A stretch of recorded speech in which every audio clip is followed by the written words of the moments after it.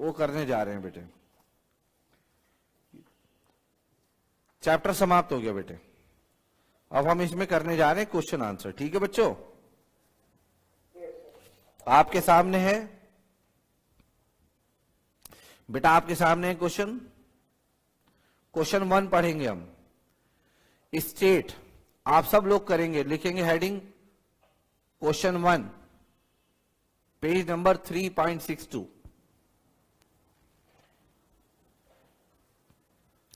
Page number बच्चों 3.62, ICI study material.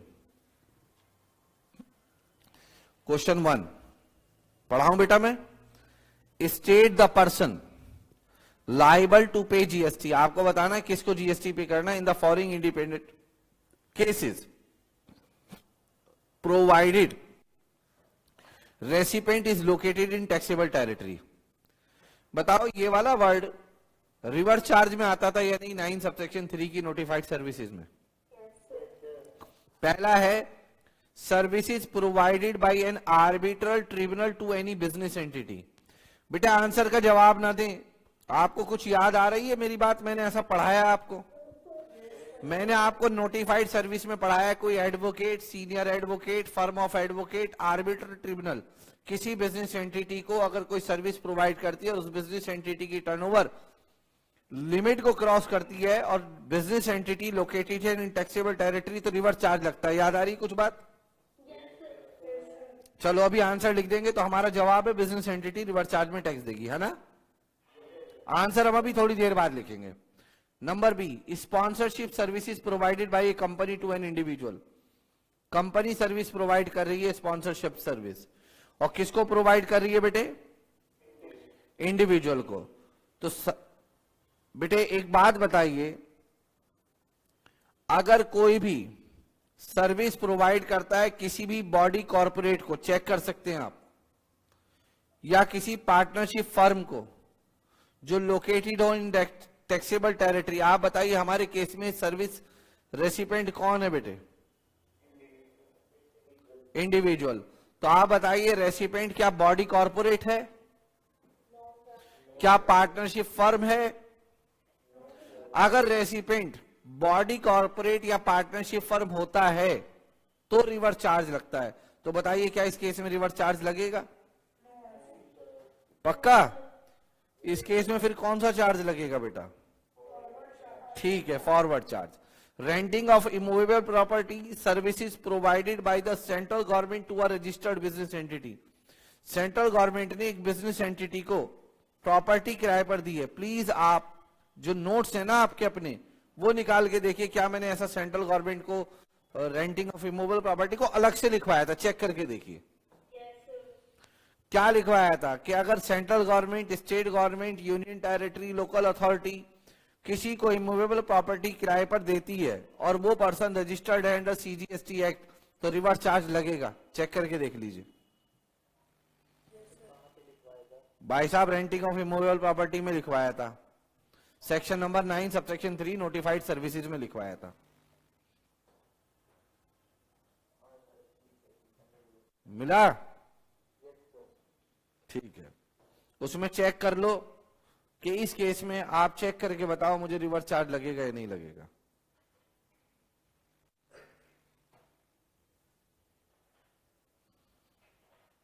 Reverse charge लगेगा या नहीं लगेगा, चेक करके बताओ मुझको। बेटा कितनी देर लगेगी? रिवर्स चार्ज लगेगा बेटा। क्या हुआ? ठीक है, तो फर्स्ट केस में भी लगेगा, सेकंड केस में नहीं लगेगा, और थर्ड केस में लगेगा। क्लियर है?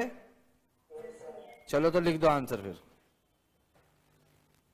लिखो।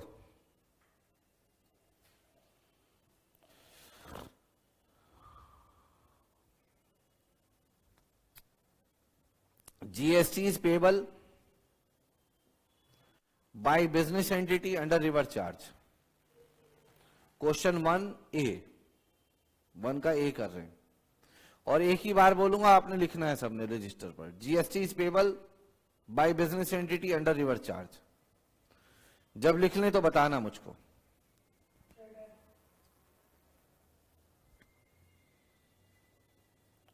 सर्विसेज आगे लिखना नेक्स्ट लाइन से, services provided bye an arbitral tribunal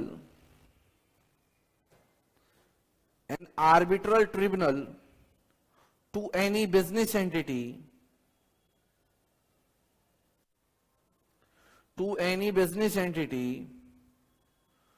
located in taxable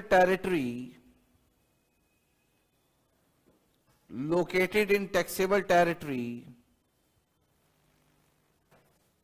is located in taxable territory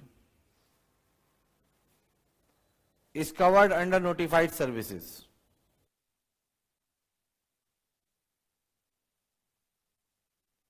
बच्चों बात समझ में आ गई? बच्चों अब बेटा आप क्वेश्चन 1 का बी पार्ट, अच्छा मैं बोलूं या आप लिखोगे खुद 1 का बी पार्ट? क्यों, आप क्यों नहीं लिख रहे बेटा? गलत होने दो, आप लिखो, लिख लो 1 का बी। ट्राई करने का बेटा समय नहीं होता क्लास में, इतनी लंबी चौड़ी क्लासेस नहीं होती हैं कि आप लोग ट्राई करेंगे। मैं बोल देता हूं,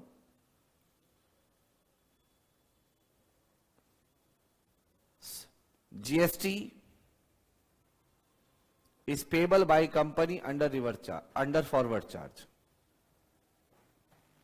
GST is payable by company, bracket में लिख लेना सप्लायर, अंडर फॉरवर्ड चार्ज। जब इतना लिख लें तो बताना।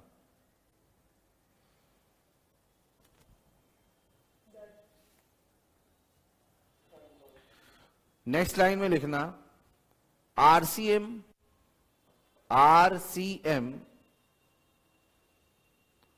on sponsorship services, RCM on sponsorship services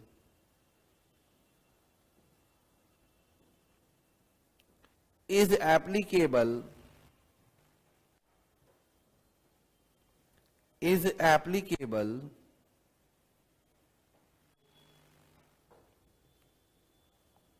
where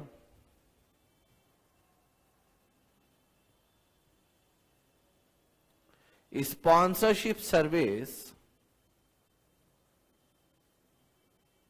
is provided by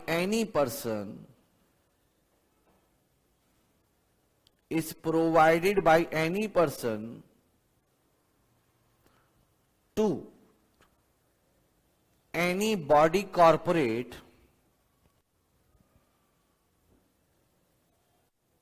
or partnership firm, comma, located in taxable territory।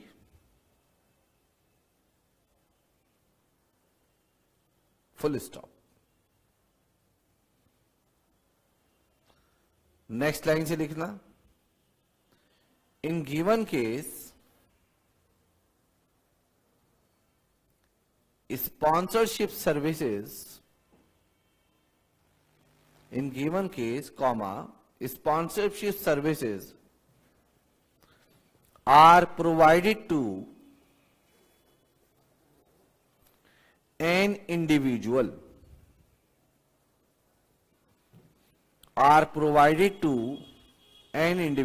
और आप जानते हैं इंडिविजुअल के केस में रिवर्स चार्ज नहीं लगेगा अगर आप इंडिविजुअल को सर्विस प्रोवाइड करोगे। M I right?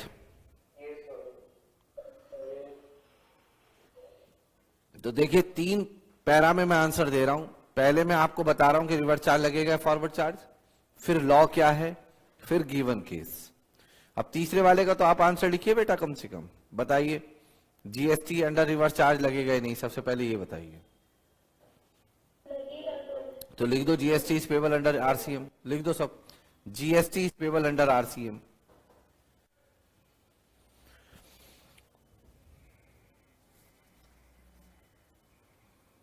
GST is payable under RCM.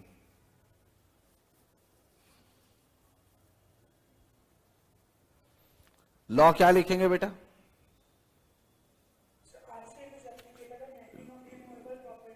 अब लिखें बेटा, अब बेटे मेरी बात सुनो,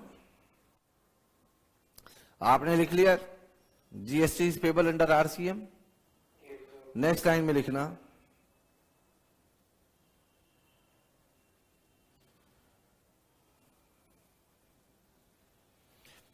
service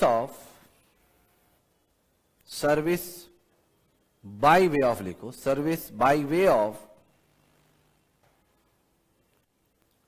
renting of immovable property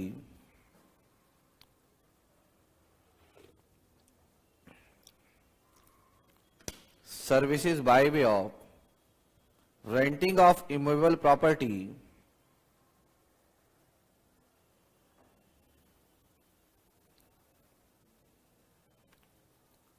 to a person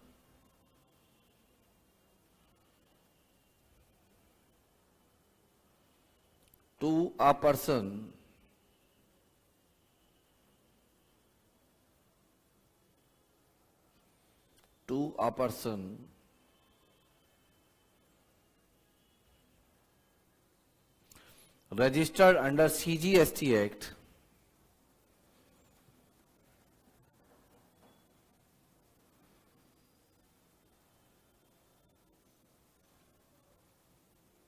comma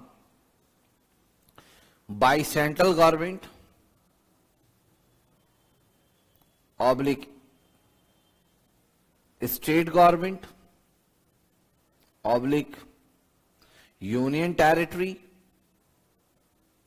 or local authority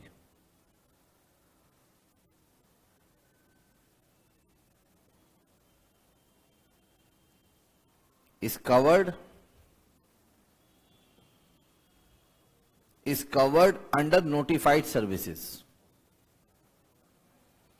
is covered under notified services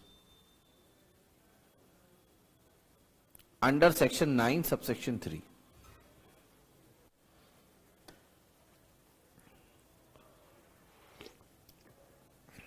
लिख लिया बेटा? नेक्स्ट लाइन में लिखना, नेक्स्ट लाइन में लाइन चेंज करके hence in given case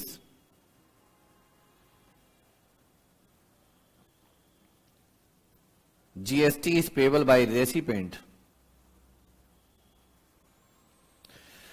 GST is payable by recipient under reverse charge। ठीक है बेटा? बच्चों सब लोगों को समझ में आया तो हाँ करो। अच्छा बेटे, अब आगे जो क्वेश्चंस हैं मैंने आपको एक लिखने का तरीका बता दिया, पिछले चैप्टर में भी बता दिया, इस चैप्टर में भी बता रहा हूं। अब बेटा तब ज्यादा फायदा होगा आपका जब इनको आप खुद लिखो। किसी में लिखने में दिक्कत हो तो नेक्स्ट क्लास में हम लोग डिस्कस कर लेंगे, ठीक है? मैं अब आपको क्वेश्चन नंबर 2 से 12 तक कराऊंगा सारे अभी, मगर मैं समझाऊंगा।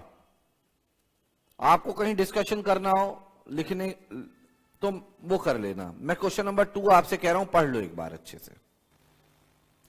1 पूरा हो गया, 2 आप लोग पढ़ लो बेटा एक बार अच्छे से। हिमांशु भाई, अक्षत, अक्षित, अनमोल, बेटा मेरी बात समझ में आ रही है? चिराग भाई, ठीक है बेटा। आप देखो लिखने का फायदा तभी होगा जब आप खुद इसका सॉल्यूशन दो, ठीक है? Question number 2, Vivek Goyal director हैं A2Z प्राइवेट लिमिटेड के, has receive sitting fee amounting to ₹1 lakh. बेटे डायरेक्टर के रेम्यूनरेशन को लेके मैंने लंबी चौड़ी डिस्कशन की थी या नहीं? तो आप अपने रजिस्टर में डायरेक्टर वाला वो पेज निकाल लो बेटा, क्योंकि मैं चाहूंगा आप घर से आंसर लिखें इसके। मैं आपको डिस्कशन करा देता हूं और आप ये भी चेक करना कि 12 क्वेश्चन मैं कराऊंगा आपको कि कोई ऐसी चीज तो नहीं है जो हमने छोड़ दी है, ठीक है बेटे? इन्हीं चीजों से पता चलता है, छोड़ी होगी तो हम कवर कर लेंगे इंशाल्लाह, छुट्टी भी मिलेगी नहीं। तो कंपनी ने विवेक गोयल जो डायरेक्टर है उनको 1 लाख रुपए की फीस दी है for attending the board meetings who is person liable to pay tax in this case? बताइए, डायरेक्टर रेम्यूनरेशन को लेकर मैंने आपको समरी भी लिखवाई होगी, चेक करो।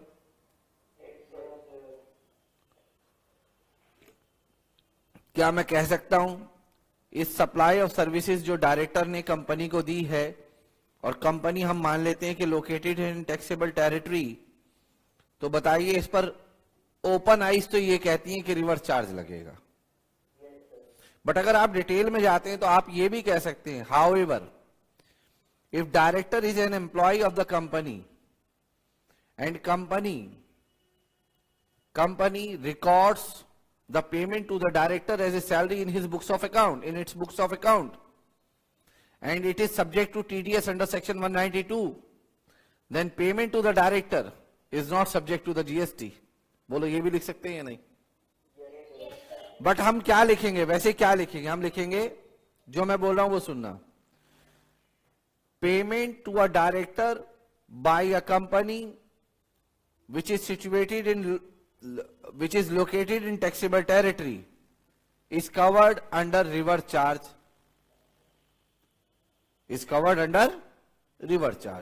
Therefore, in the given case, GST is payable by the company. अब आप आगे लिखना चाहते हैं, एग्जाम में ये देखना कि ये क्वेश्चन 1 नंबर 2 नंबर का आया तो इतना सफिशिएंट है, बट क्वेश्चन पूछ लिया उसे 4 नंबर में, तो आप ये जवाब देना, whenever a payment is made to a director, it might be covered under reverse charge or forward charge. It depends upon on the following conditions. If payment made by the company to a director who is also an employee of the company, and payment is covered as salary in the books of account of the company and subject to the TDS under section 192, then such payment made to a director by the company is not subject to GST as per schedule 3rd of CGST Act 2017. Second point, if payment made by the company to the director is a remuneration, is treated as remuneration which is subject to TDS under Income Tax Act 1961 under section 194, then such payment is subject to TDS and then such payment is subject to the GST and GST shall be payable by the company under reverse charge. Are you getting my point? ये मैंने लिखवाया हुआ है आप लोगों को, जो मैंने बोला है अभी। आप कुछ ना देखें, जो डायरेक्टर्स की समरी लिखवाई है बेटा, बस वो देख लें सब लोग।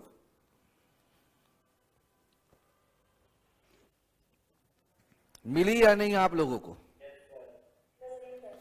लिख सकते हो ना? वैसे यहां पे अगर 1-2 नंबर में देखो बेटा, मैं फिर से बता रहा हूं, 1-2 नंबर में क्वेश्चन आए तो कहना GST is payable by the company under reverse charge. Payment made by the company to the director is a notified service.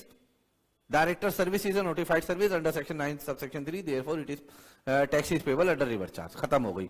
But अगर आ जाए ज्यादा नंबर में तो फिर बेटा मैंने आपको लिखवाया हुआ है, ठीक है? बोलो बच्चों, आप अपना लंबा चौड़ा जवाब देना, कोई दिक्कत नहीं है, ठीक है? Raghu associates provided sponsorship service to we win cricket academy, और ये एक लिमिटेड लायबिलिटी पार्टनरशिप फर्म है। कैसी फर्म है? Limited liability partnership firm. Determine the person liable to pay tax. अभी लिखवाया थोड़ी देर पहले कि स्पॉन्सरशिप सर्विस कोई भी person, sponsorship services provided by any person, provider कोई भी हो, चाहे प्रोवाइडर इंडिविजुअल हो, प्रोवाइडर एचयूएफ हो, प्रोवाइडर पार्टनरशिप फर्म हो, प्रोवाइडर कंपनी हो, प्रोवाइडर कोई भी हो, गवर्नमेंट हो, गवर्नमेंट एजेंसी हो, बट अगर रेसिपेंट बॉडी कॉर्पोरेट या पार्टनरशिप फर्म है तो रिवर्स चार्ज लगेगा। अभी थोड़ी देर पहले ये बात बताई है मैंने आपको। बोलो हाँ या ना? आप मुझे बताइए, जो लिमिटेड लायबिलिटी पार्टनरशिप है एलएलपी, क्या वो भी पार्टनरशिप फर्म मानी जाती है या नहीं? मानी जाती है। तो बताइए, यहां पे जो रघु एसोसिएट्स है, जो कि साफ साफ दिखाई दे रहा है इंडिविजुअल है, वो इंडिविजुअल अगर स्पॉन्सरशिप सर्विस दे रहा है वी विन क्रिकेट एकेडमी को, और वी विन क्रिकेट एकेडमी कौन है बेटा? LLP. Tell me, LLP is a partnership firm और नॉट? तो प्रोवाइडर है बेटा इंडिविजुअल, रेसिपेंट है एलएलपी, तो बताइए इस स्पॉन्सरशिप सर्विस पर रिवर्स चार्ज लगेगा या नहीं लगेगा? तो क्या हम कुछ ऐसे आंसर लिख सकते हैं, GST is payable under reverse charge, फिर नेक्स्ट लाइन में लिखेंगे, सुन लो बेटा, GST is payable under reverse charge, फिर नेक्स्ट लाइन में लिखेंगे if any person provides sponsorship services to body corporate और partnership firm then such service is covered under notified services of section 9 subsection 3. Since limited liability partnership firm is also considered as partnership firm, therefore services provided by Raghu Associates through Vivian Cricket Academy, which is an LLP, is covered under reverse charge mechanism. Therefore GST is payable by Vivian Cricket Academy. बोलो बेटा, आप सब लिख दोगे या नहीं? बेटा कोई बच्चा ऐसा है कि जो कहेगा नहीं मुझसे नहीं लिखा जाएगा, वो फिर यहां क्लास में आ जाए, मैं उसको हाथ पकड़वा के लिखवा दूंगा। मैं सीरियस कह रहा हूं ये बात बेटा, मैं अपने सामने लिखवाऊंगा उसको। बेटा सब लोग हाँ कर रहे हैं, मैं चलूं फिर आगे। फोर्थ क्वेश्चन मैं समझाने जा रहा हूं आपको। सेफ ट्रांस नाम है, एक गुड्स ट्रांसपोर्ट एजेंसी है। बेटा जल्दी से अपने रजिस्टर में जहां नोटिफाइड सर्विस देख रहे हो पहले निकाल लो, जीटीए गुड्स ट्रांसपोर्ट एजेंसी। सब लोग transported goods of Kapil and company, a partnership firm which is not registered under GST. आप चेक करो जीटीए की सर्विसेज पर रिवर्स चार्ज तभी लगता है जब रेसिपेंट के पास कोई स्पेशल स्टेटस हो।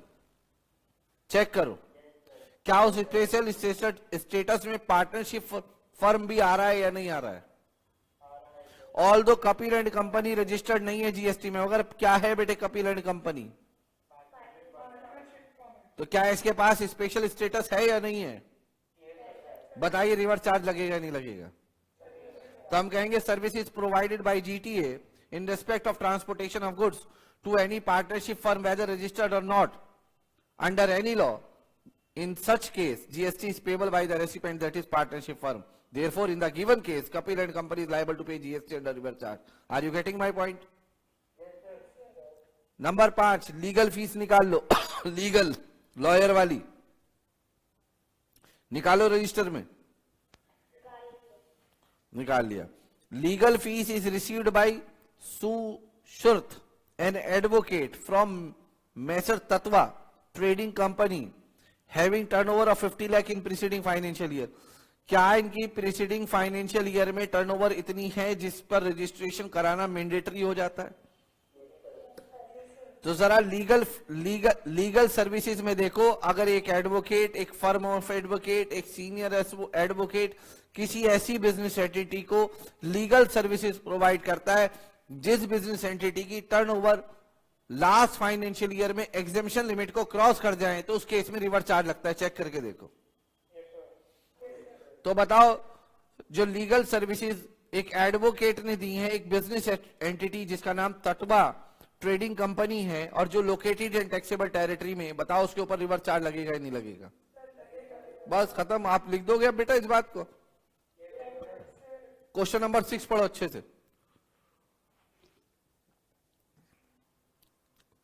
और मेरी रिक्वेस्ट है आपसे, रिक्वेस्ट है बेटा, क्योंकि आप सब लोग वैसे मानोगे नहीं, मैं रिक्वेस्ट कर रहा हूं, प्लीज इसको कॉपी पे करें।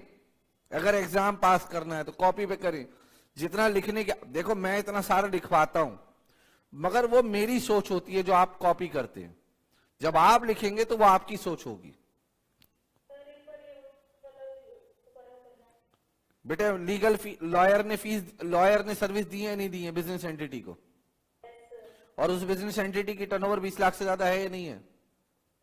मैं तो कह रहा हूं 40 लाख से भी ज्यादा है। कुछ केसेस में रजिस्ट्रेशन की लिमिट बेटा 40 लाख है, आपको आगे चलकर पता चलेगा। ठीक है, तो अगर ऐसी बिजनेस एंटिटी को लीगल सर्विसेज दी जाए, advocate, firm of advocate, senior advocate, arbiter, tribunal द्वारा, तो उस बिजनेस एंटिटी पर रिवर्स चार्ज लगता है।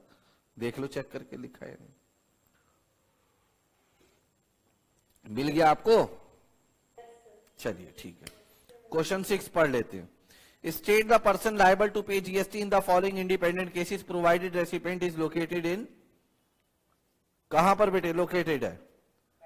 टैक्सेबल टेरिटरी में। पहला क्वेश्चन है services supplied by an insurance agent to insurance company. जवाब मत दीजिए, पहले इंश्योरेंस एजेंट निकालिए।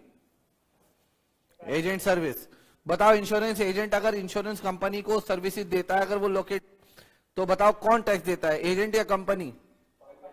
तो आप लिख देना GST is payable by insurance company since services provided by insurance agent to insurance company located in taxable territory is covered under notified services of section 9 subsection 3, therefore insurance company is liable to pay GST। खत्म। बोलो बेटा, पक्का? और जैसे मेरे tips पर है, आपके भी टिप्स पर और लिप्स पर, दोनों पर होनी चाहिए बात। ठीक है? ठीक है। Second point, services provided by a recovery agent to a car dealer. आराम से पढ़ के देखिए। Recovery agent to car dealer, car बिकती है नहीं शोरूम की, लोग ले जाते हैं फाइनेंस करा के बाद, उसके बाद ईएमआई नहीं देते, उनके एजेंट घूमते रहते हैं, या तो पैसे दे या कार ले जा रहे हैं तेरी, है ना?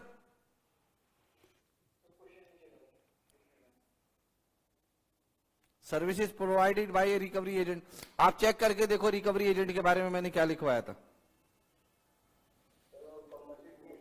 रिकवरी एजेंट किसको सर्विसेज दे, चेक करके देखो। बैंकिंग कंपनी को, नॉन बैंकिंग फाइनेंस कंपनी को, इन्हीं का नाम लिखा हुआ है ना। और बताओ, और फाइनेंशियल इंस्टीट्यूशन, बताओ कार डीलर क्या फाइनेंशियल इंस्टीट्यूशन है? नॉन बैंकिंग फाइनेंस कंपनी है, बैंक है ये। इस केस में रिकवरी एजेंट को ही टैक्स देना है अंडर फॉरवर्ड चार्ज। क्लियर है आपको मेरी बात? तो इसका आंसर चाहे लिखना लिख लो कहीं पर, बेटे 6B डालकर कहीं लिख लो साइड में रफ में, बाद में होमवर्क कर लेना। Recovery agent is liable to pay tax under forward charge, ये लिख लो, आपको याद आ जाएगा क्यों अंडर फॉरवर्ड चार्ज। बेटा बताओ क्यों? आप कहोगे if services supplied by a recovery agent to a banking company, financial institution और NBFC located in taxable territory, then tax payable on such services is covered under reverse charge. However, in the given case, services provided by recovery agent to car dealer is not covered under notified services of section 9 subsection 3. Therefore, GST is payable by the recovery agent, not by the car dealer. Are you getting my point? सब लोगों को clear है? दीक्षिता आपको clear है ये वाली बात? दीदी ठीक है। पूजा, निशा, समृद्धि, सारिका क्लियर है बेटा ये बात? ओके बेटा मैं आगे चल सकता हूं।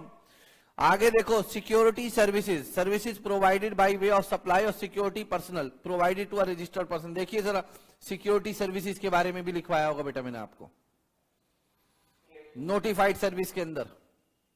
कौन सा पॉइंट नंबर था, कोई बच्चा बताएगा मुझे? 9 नंबर में क्या लिखवाया बेटे मैंने, कि अगर आप किसी रजिस्टर्ड पर्सन को सिक्योरिटी सर्विसेज दें तो जीएसटी जो रिवर्स चार्ज में लगेगा। बोलो लिख दोगे या नहीं आप? चलो, अब जो क्वेश्चन शुरू हो रहे हैं वो थोड़े और दिमाग को घुमाने वाले शुरू हो रहे हैं। जो अब 6-7 क्वेश्चन है, हाफ ऑफ द क्वेश्चंस पे हम पहुंच चुके हैं। सुल्तान एंड सन्स मिला बेटा question 7 number. A partnership firm in Nagpur, Maharashtra is a wholesaler of a taxable product P and product Q. Product P taxable and product Q exempted by way of a notification in the state of Maharashtra. Maharashtra में product Q exempt है और product P taxable है। Its aggregate turnover in preceding financial year is 130 lakh. Last year इनकी जो turnover थी वो 130 लाख रुपए थी। The firm wishes to opt for composition scheme under section 10 subsection 1 and 10(2). However, its accountant is of the view that a person engaged in making supply of exempt good is not eligible for the said scheme. क्या सही बोल रहा है ये? अगर कोई exempt supply करता है तो क्या वो कंपोजिशन स्कीम नहीं ले सकता? ले सकता है, क्योंकि ये सिर्फ exempt सप्लाई नहीं कर रहा है, ये टैक्सेबल सप्लाई भी कर रहा है। बताओ सिर्फ क्या देखना होता है कंपोजिशन स्कीम के लिए? तो क्या मैं ये कह दूं सुल्तान एंड सन्स का जो अकाउंटेंट है उसका पॉइंट ऑफ व्यू वैलिड है या इनवैलिड है? ये बीकॉम करके आया बेटा, सीए करने की तमन्ना लेके तड़पता रहा, सुल्तान एंड सन्स में जॉब कर ली इसने। ठीक है, तो थोड़ा सा लिख ले, क्वेश्चन थोड़ा अलग किस्म का है तो थोड़ा लिख ले क्वेश्चन नंबर 7 डालकर, पेज नंबर 3.63 लिखो बेटा।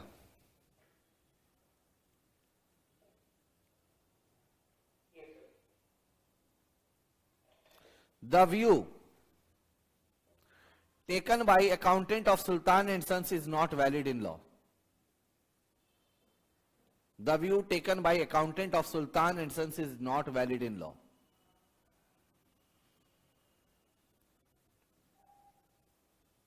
Full stop.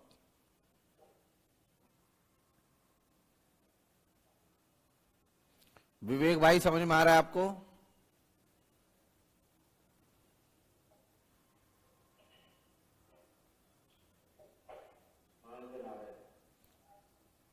ठीक है बेटे, बताओ मैंने क्यों कहा कि इनवैलिड है विवेक ये, इसका पॉइंट ऑफ व्यू? क्योंकि कंपोजिशन लेवी स्कीम के लिए टर्नओवर देखी जाती है ना? ठीक है, तो लिखो नेक्स्ट लाइन से, if a registered person having aggregate turnover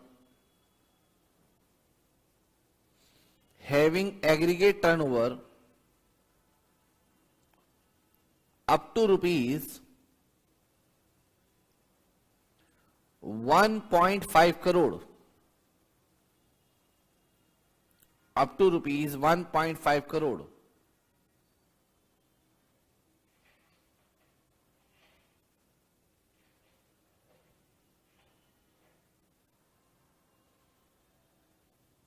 is eligible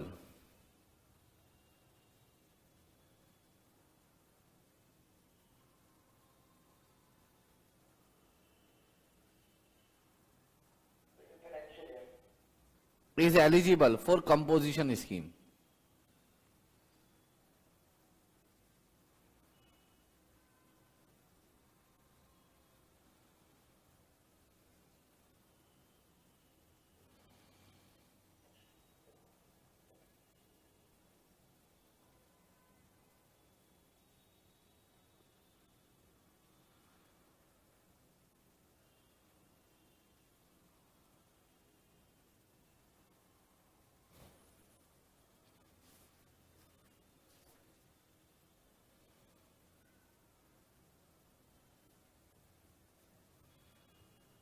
लिख लिया हो तो बताओ बेटे।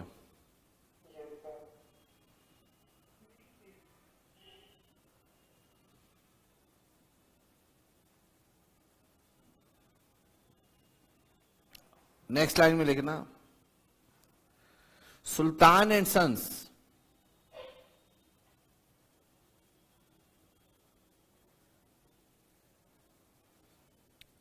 must not be engaged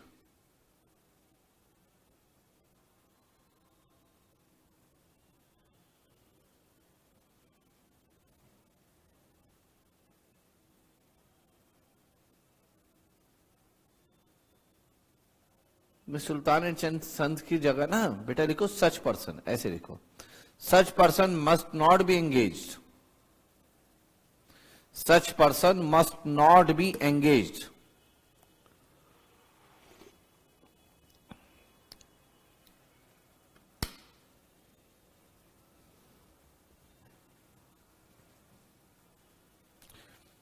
in supply of goods or services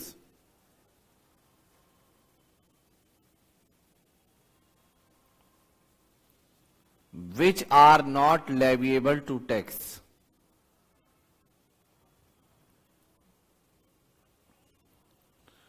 which are not leviable to tax,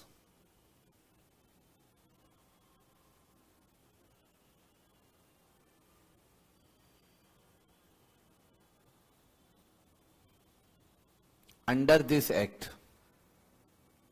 मुझे बताओ जो हमारे क्वेश्चन में सुल्तान एंड सन्स प्रोडक्ट क्यू है, क्या वो leviable not leviable to tax under the act है या सिर्फ एग्जेम्प्ट है बाय वे ऑफ नोटिफिकेशन? देखो दो वर्ड है, देखो दो वर्ड है बच्चों, सुनो समझो, यहां मैं ये क्वेश्चन का आंसर क्यों करा रहा हूं अपने आप, वरना मैं आपको भी लिखने के लिए दे देता। क्वेश्चन में लिखा है product Q exempt bye way of notification in state of Maharashtra. तो इसका मतलब ये हो सकता है कि महाराष्ट्र के अलावा किसी और राज्य में टैक्सेबल हो गुड्स।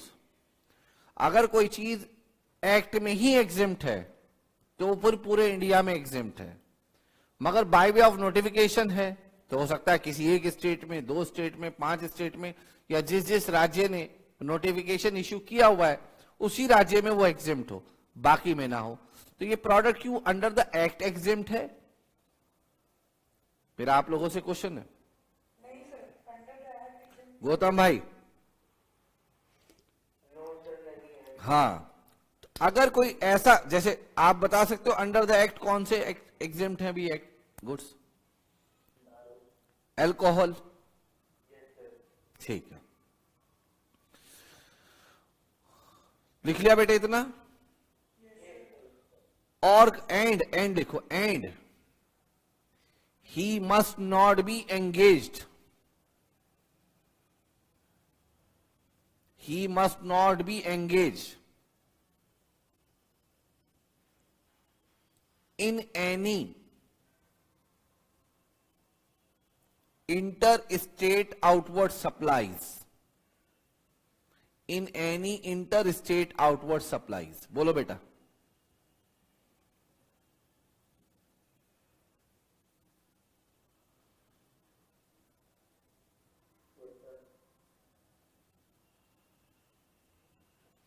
फुल स्टॉप के बाद लिखो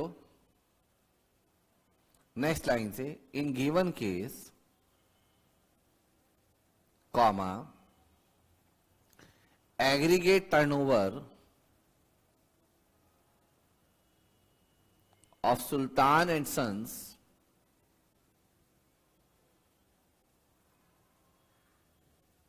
is less than ₹1.5 crore, is less than ₹1.5 crore। बोलो बेटा। and it is engaged in, and it is engaged in only intrastate supplies,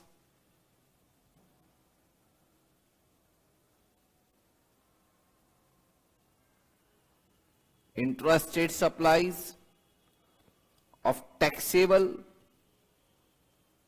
goods, taxable goods P,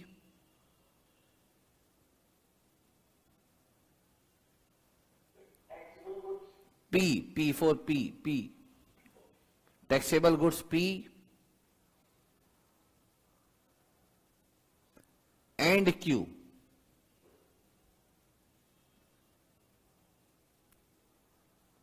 however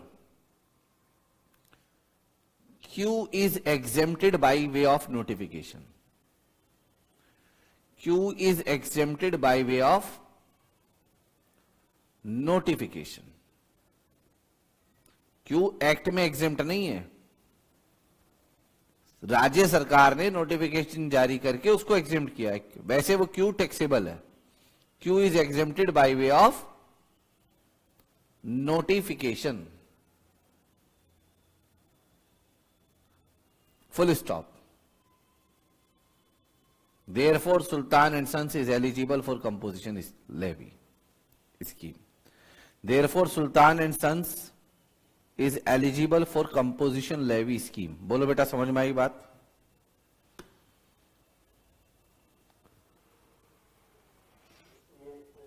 clear है?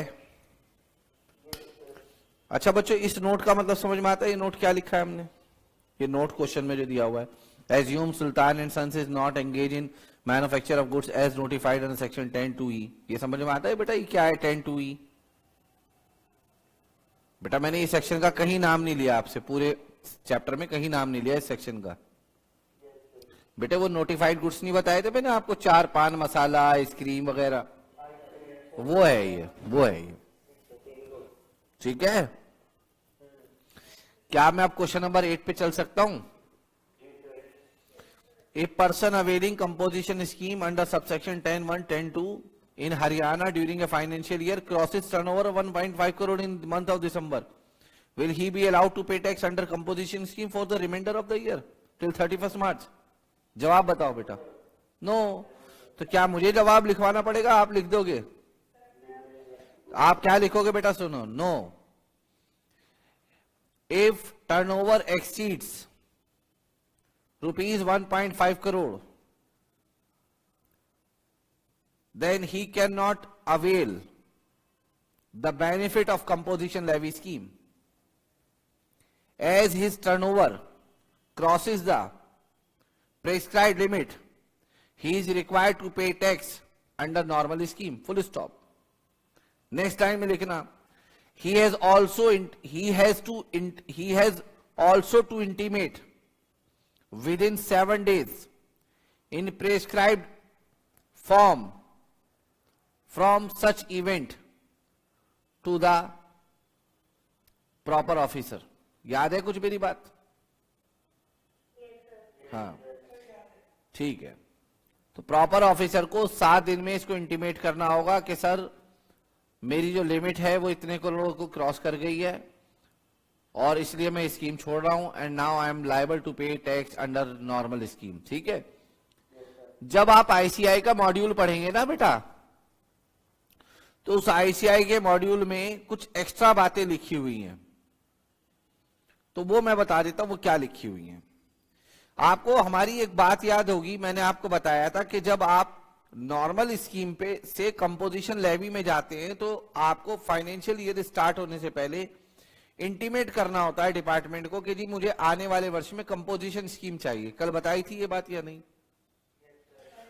और जब scheme छोड़ोगे तब भी आपको बताना पड़ेगा कि जी मैं जा रहा हूं स्कीम छोड़ के. जब आप स्कीम में जाते हो नॉर्मल से कंपोजिशन लेवी में, तो कल एक बात याद होगी, उसका एग्जाम्पल भी आप लोगों ने मुझसे कई बार रिपीट करवाया था. मैंने आपसे बोला था कि जनवरी में मैंने कोई इनपुट खरीदा, फरवरी में क्रेडिट ले लिया और 31 मार्च को वो मेरे स्टॉक में. याद है मेरी बात?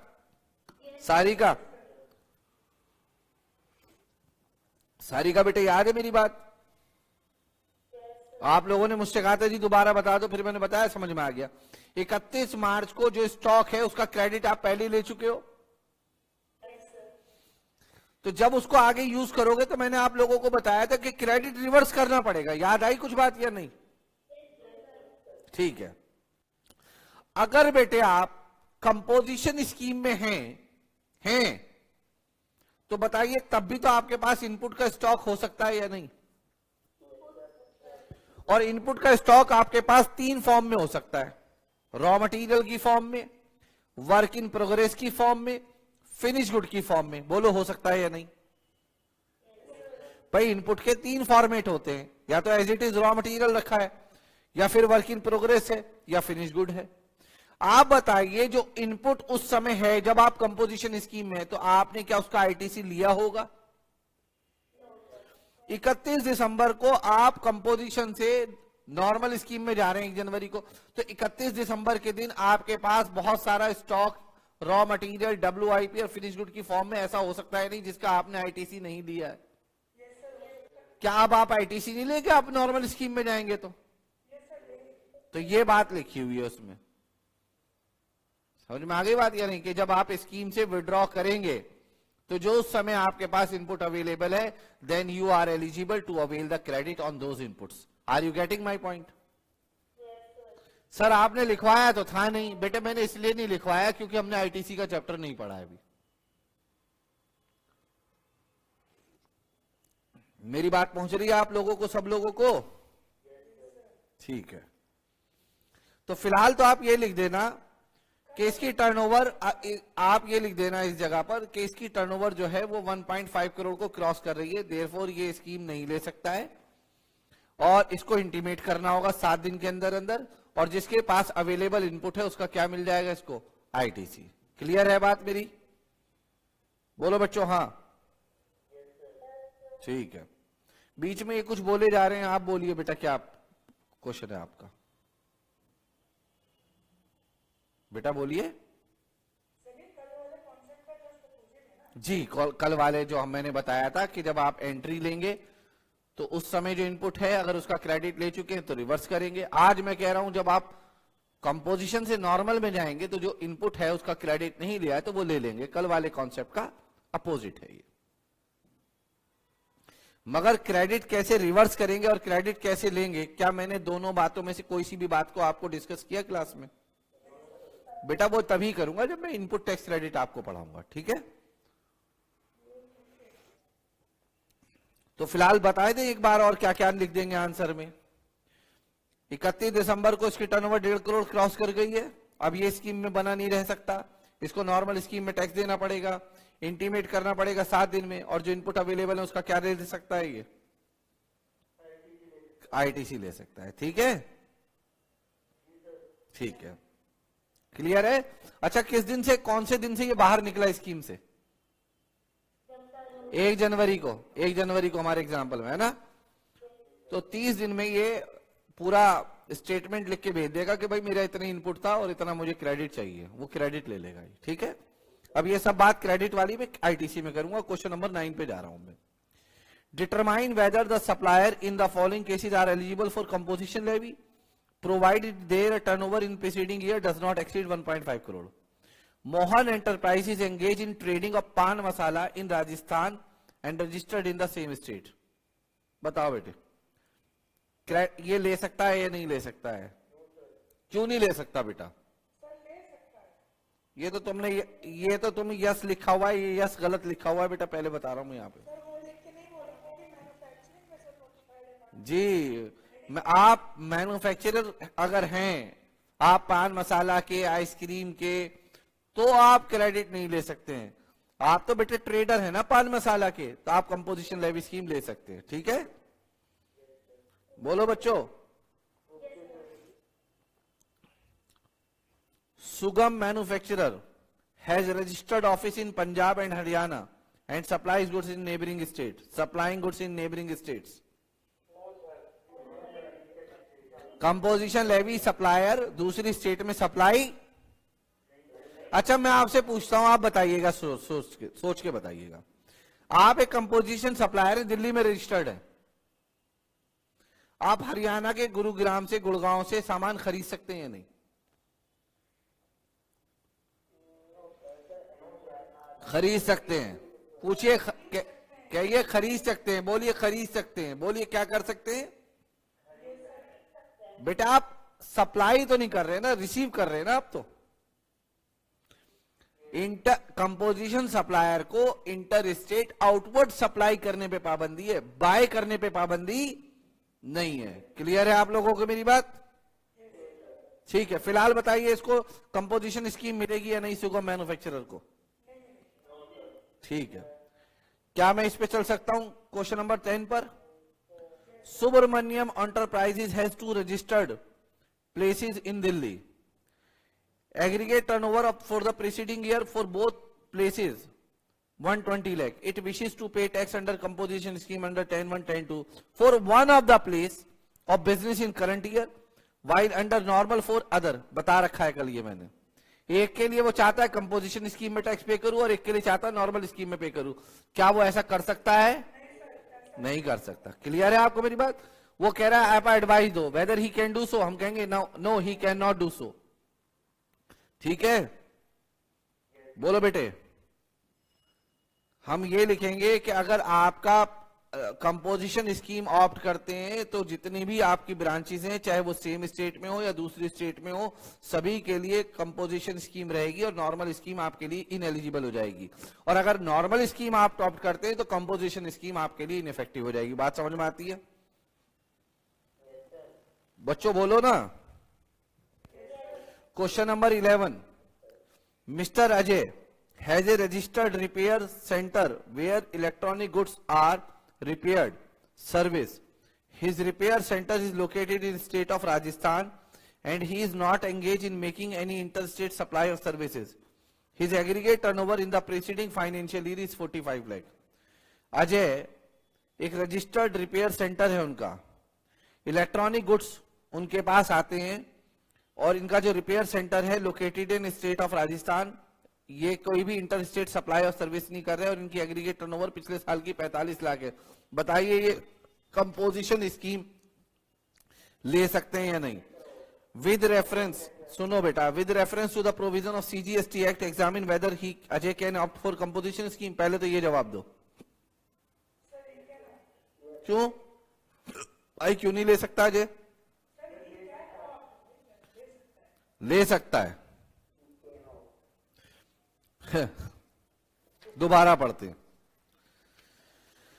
Ajay has a registered repair centre where electronic goods are repair, है ना? बोलो बेटा, ठीक है। तो आप कह रहे हो ले सकता है, बोलो हाँ, ठीक है। आगे कहते हैं whether he is eligible to avail benefit of composition scheme under section 10(2)(a)। 10(2)(a) क्या चीज है बेटा? 10(2)(a) क्या चीज है? आप लोग जानते हो 10(2)(a) क्या है? पूछो क्या है ये जो 10, सुनो बेटा, ये जो 10(1) और 10(2) है, ये तो है मैन्युफैक्चरर, रेस्टोरेंट सर्विस और ट्रेडर।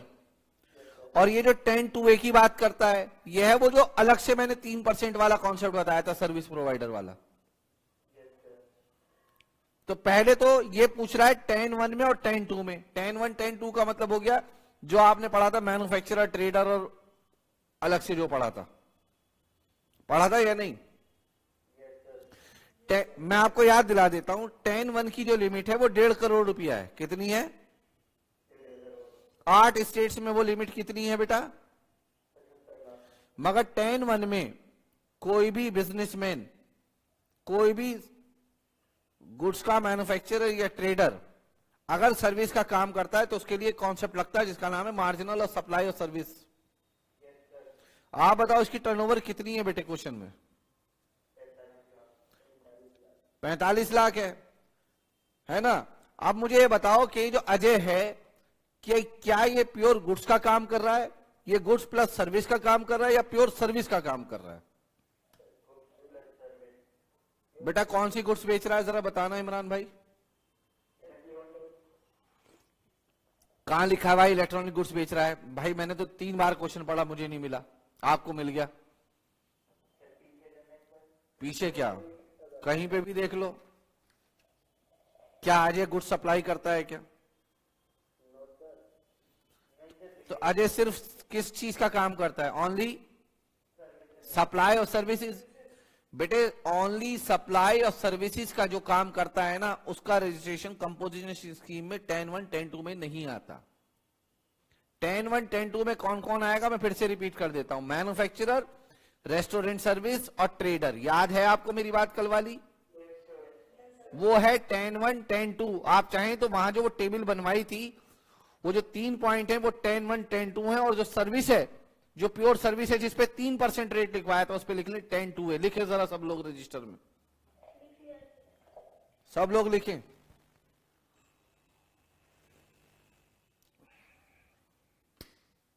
जब लिख लें तो बताना मुझे।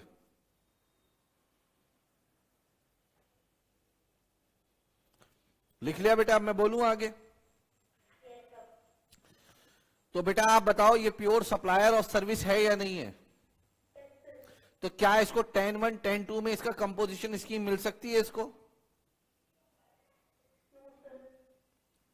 तो पहले सवाल का जवाब है ये जो पूछा है ना उन्होंने, examine whether mister A J can opt for composition scheme under 10(1) 10(2). तो आप जवाब देंगे no, he can not, he is not eligible for composition scheme under 10(1) 10(2) since he is an exclusive supplier of service. 10(1) 10(2) में बस एक ही सर्विस है, उसका नाम है रेस्टोरेंट सर्विस। कौन सी सर्विस है? अब समझ में आ रहा है वो मैं क्या लिखवा रहा था कल मार्जिनल और सप्लाई और सर्विस में? ठीक है। अब आगे आपसे पूछता है whether he is eligible to avail benefit of composition scheme under 10(2)(a). आप कहना yes, he can avail composition scheme under 10(2)(a) since 10(2)(a) provides an option to a registered person who is supplier, exclusively supplier of services, if aggregate turnover is up to rupees 50 lakh during preceding financial year. समझ में आ रही बात क्या नहीं? And he is eligible to pay tax under composition scheme under section 10(2)(a). 10(2)(a) में वही tax पे करेगा जिसके ऊपर 10(1), 10(2) नहीं लगता हो। बेटा बात समझ में आ रही है बात या नहीं? तो थोड़े कुछ पॉइंट्स लिख लें बेटे, इंपॉर्टेंट नोट करके लिखो। आंसर आप लिखना proper. Ajay can not opt CLS under 10(1), 10(2). लिखो, Ajay can not opt CLS under 10(1) and 10(2).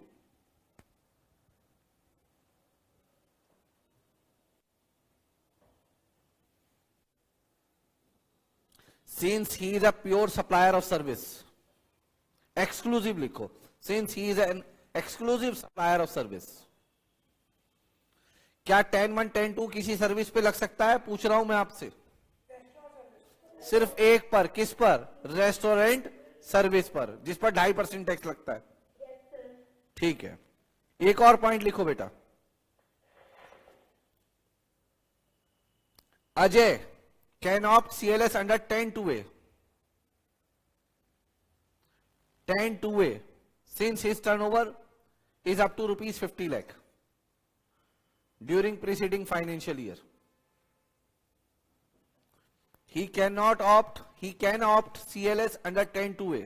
He can opt CLS under 10(2)(a) since his aggregate turnover is up to ₹50 lakh during preceding financial year.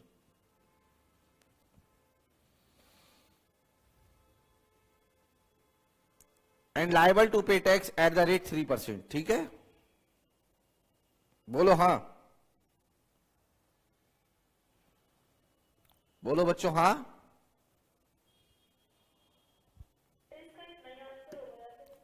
नहीं, आप ज्यादा लिखना है, पूरा लिखें। मैं तो कुछ इंपॉर्टेंट पॉइंट्स बता रहा हूं, ये आपके आंसर में होने चाहिए जो मैं बता रहा हूं। ठीक है,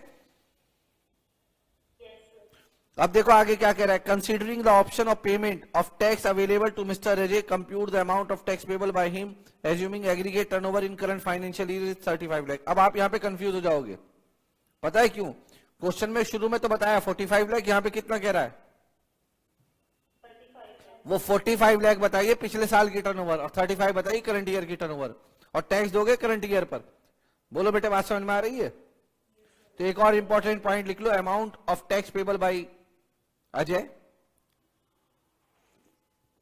amount of tax payable by Ajay under section 10(2)(a)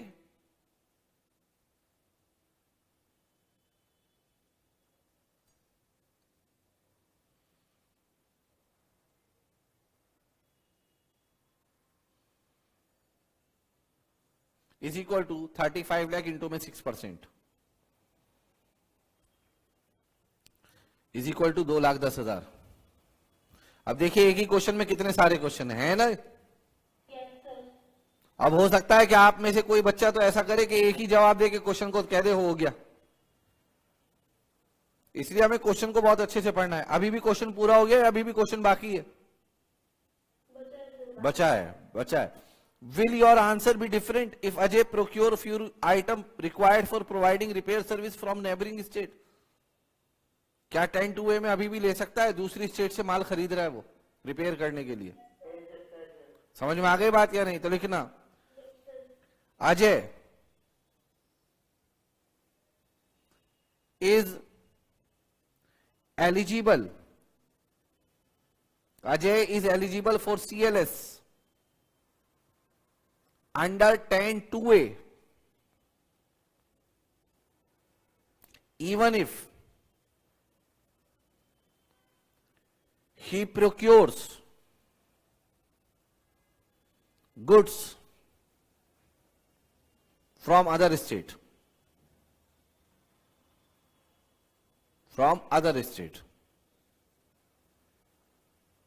since restriction is on, लिखना, since restriction is on interstate outward supply, since restriction is on interstate outward supply,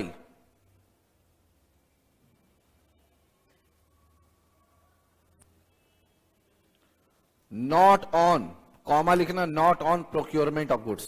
ठीक है,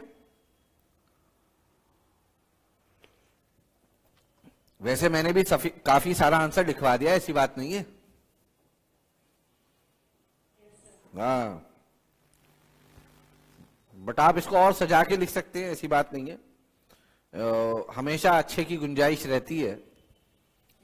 ठीक है, क्वेश्चन नंबर 12 करें बेटा। बेटा बच्चों 10(1), 10(2), 10(2)A में समझ में फर्क आ रहा है? अच्छा, कोई बताए मुझे 10 सबसेक्शन 2 क्लॉज ई क्या है?